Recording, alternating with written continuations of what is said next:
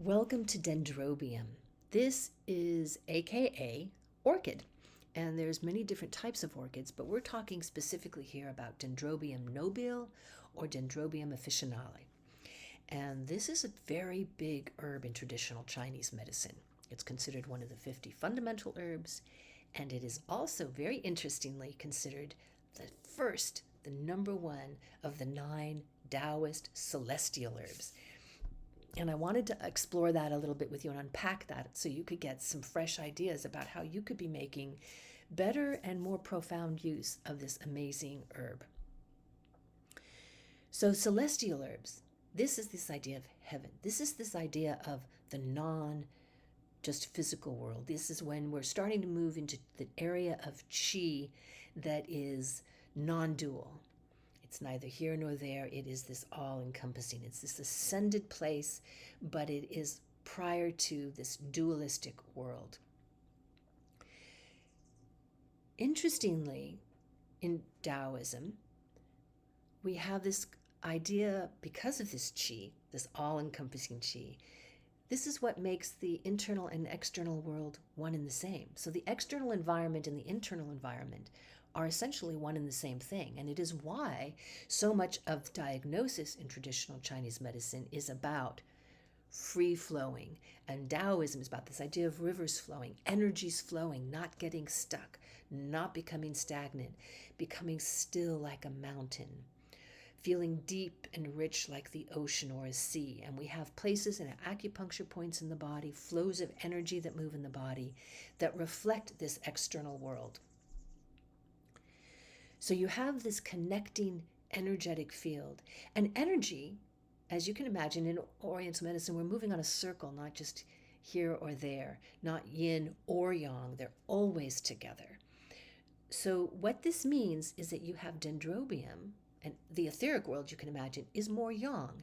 It's more ascending, it's more subtle. Yin is that's cooling and moistening, more material, more anchoring, the roots. And Dendrobium is a big yin tonic herb. It's moistening and nourishing, and yet it's the number one for the celestial. So this is this wonderful connection being made here of how important it is to be moistened, to be nourished. If one becomes, right, it isn't another celestial herb is ginseng. Ginseng is not the first on the list. We're not looking to get so hot and fiery that we scatter and dissipate.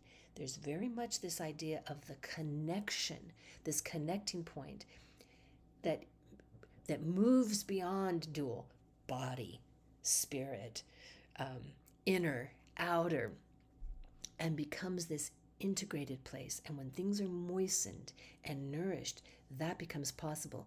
The tree can put its roots down into the ground. It can grow upward and out to the sun and up into energy, changing light into nourishment. So this is what Dendrobium does. And it's a wonderful herb for considering this way as part of meditation. So, of course, it's beautiful for many physical healings. It's one of the 50 fundamental herbs for a very, very good reason. And it's a tonic herb. So this is going to nourish you fundamentally. It's a culinary herb. It is a medicinal herb. It is this herb that is going to help you feel this connection to nature.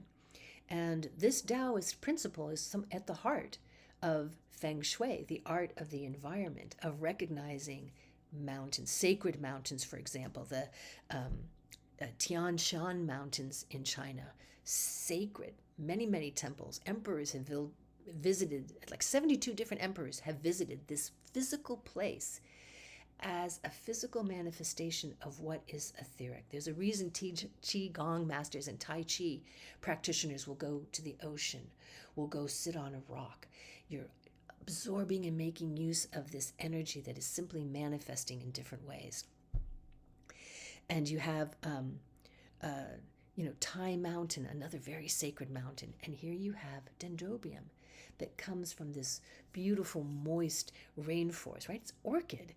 And it is up there with cordyceps, another beautiful herb, ginseng, another beautiful herb, pearl, deep from the ocean, another wonderful herb you might not have thought of, reishi.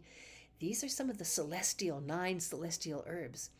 And there we have Dendrobium, right at the top of all of those. And some of you may be really familiar with those and respect them already as herbs that can be physically healing, mental, emotionally supportive, and releasing and nourishing, and also very, very spiritually used for improving meditation and prayer. And there's Dendrobium right there. So there you have it. A little bit about Dendrobium you might not have known about before. Visit the website and find out more. White Rabbit, instituteofhealing.com, and check out our herb directory.